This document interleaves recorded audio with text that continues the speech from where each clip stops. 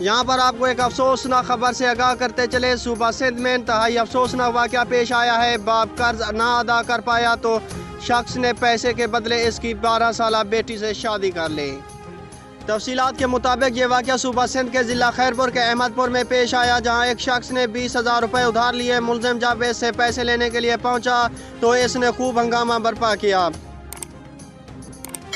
متاثرہ شخص کی بیٹی کو گن پوائنٹ پر اغوا کیا اور اپنے ساتھ لے گیا۔ بعد ازاں اس نے اس کے ساتھ شادی کر لی۔ 12 سالہ متاثرہ لڑکی کا کہنا ہے کہ اسے ایک کمرے میں بند کر کے رکھا گیا اور 8 دنوں تک جنسی زیادتی کا نشانہ بنایا گیا، تاہم کسی طرح وہ وہاں سے فرار ہونے میں کامیاب ہو گئی۔ 12 سالہ بچی کا کہنا تھا کہ پولیس ملزمان کے خلاف کارروائی کرنے سے انکاری ہے، جبکہ انہوں نے ہمارے گھر پر حلہ بولا اور اب میرے والدین اور بھائی کو بھی بری طرح سے زخمی کیا۔